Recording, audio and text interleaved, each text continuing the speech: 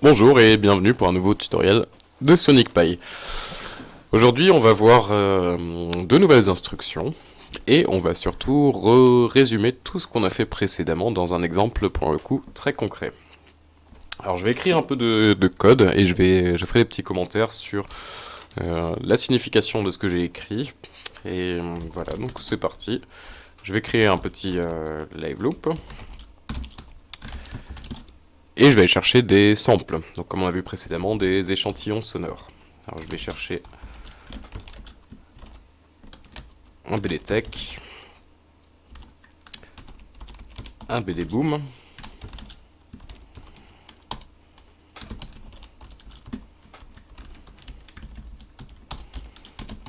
voilà.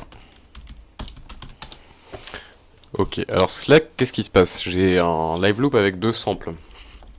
Deux samples de grosses caisses, donc un qui s'appelle BD Tech et l'autre qui s'appelle BD Boom.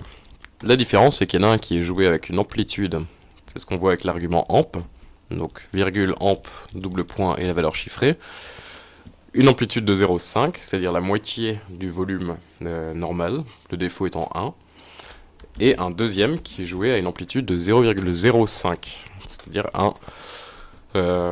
un dixième de la valeur juste au-dessus. On va mettre ça en route. Ok. Et maintenant, je vais progressivement augmenter et varier la valeur de la deuxième amplitude. Et vous allez entendre la différence.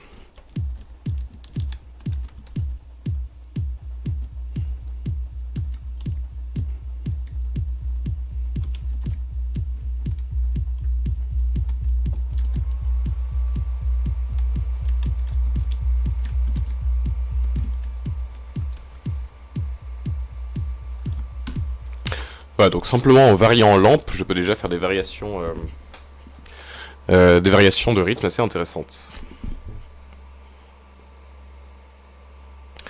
Alors on va continuer et on va accompagner ça d'une caisse claire. Voilà. Alors je l'appelle snare. On va prendre un sample qui s'appelle drum cymbal closed.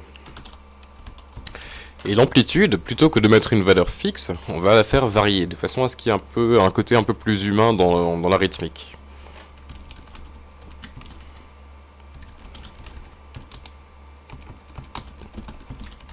Alors on va mettre un slip très très court, donc de 0,125, donc un huitième de seconde. Voilà, on va mettre ça en route. Alors tout de suite on entend un petit groove comme ça, donc ça c'est la variation de l'amplitude qui fait que c'est pas très régulier et que ça, donc il choisit au hasard à chaque tour de live loop une valeur entre 0,1 et 0,2.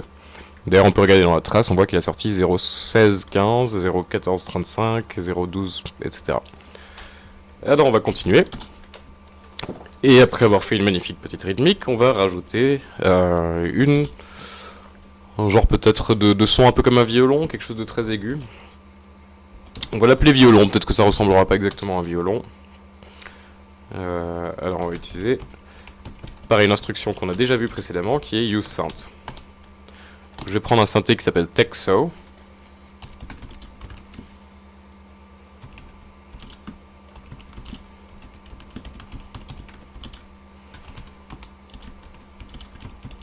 Et je vais mettre une amplitude très très faible, étant donné que j'utilise des valeurs de play, des notes très élevées. Donc ça va être des notes très aiguës, donc pour éviter de trop se casser les oreilles, on va mettre une amplitude faible. Alors j'ai utilisé une autre instruction nouvelle qui est sustain 4. Sustain signifie que la note jouée va rester comme enfoncée sur le clavier ou sur l'instrument pendant un temps de 4. Et j'ai mis une pause de 4, donc il va jouer en continu. On aura un son en continu en fait. Voilà. Donc on va mettre ça en route.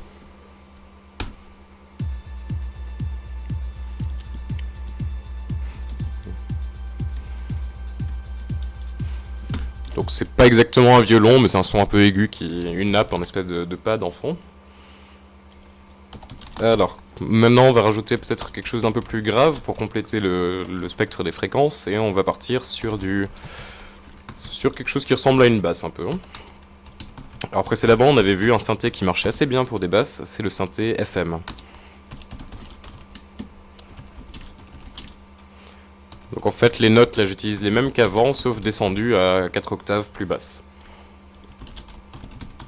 Et cette fois, je vais mettre un sustain très court, de façon à ce que la basse soit plutôt percussive et courte. Voilà.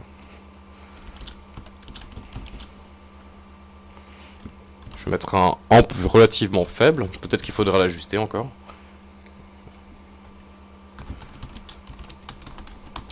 Ok, on va tester ça.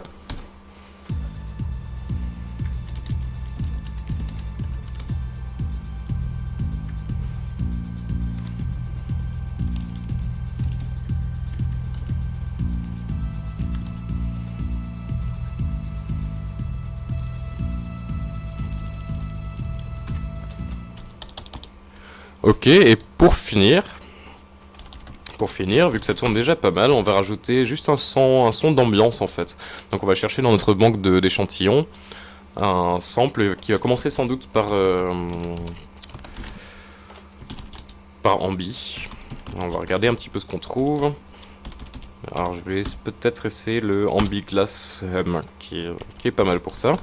Si on avec un rating de -2, donc on va le faire jouer 2 fois plus vite, mais à l'envers. Et par contre, on va peut-être pas le faire jouer exactement tout le temps, la durée du sample va être inférieure au temps du slip, donc il va pas jouer constamment. Alors allons-y pour tout ça. Et peut-être que je ferai des ajustements en direct pendant que ça joue.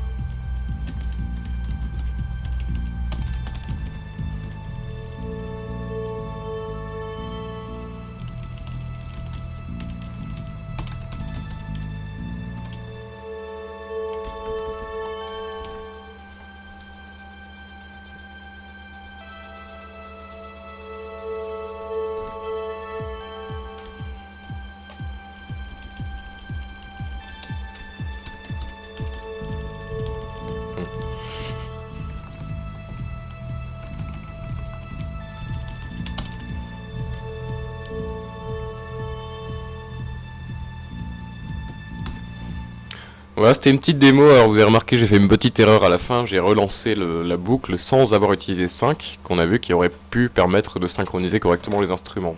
Donc la basse n'était pas synchronisée exactement avec la grosse caisse. Donc ça aurait pu se rectifier donc en faisant, alors, je sais plus comment je l'ai appelé, kit je crois, hein, en utilisant ça comme on avait vu précédemment. Voilà, j'espère que ça vous a plu. C'était un exemple un peu plus détaillé que d'habitude, avec différents, avec à peu près tous les instruments. Donc un pad, une grosse caisse, une caisse claire, un instrument de fond et une basse. Avec du coup les instructions amp et sustain qui ont fait leur apparition, qui permettent d'ajouter à la fois des petites variations de volume qui donnent un côté plus humain, ou tout simplement de contrôler indépendamment le volume de chaque instrument. Et sustain permet donc de faire durer la note plus ou moins longtemps en fonction des besoins. Voilà, une bonne journée à vous et à très bientôt.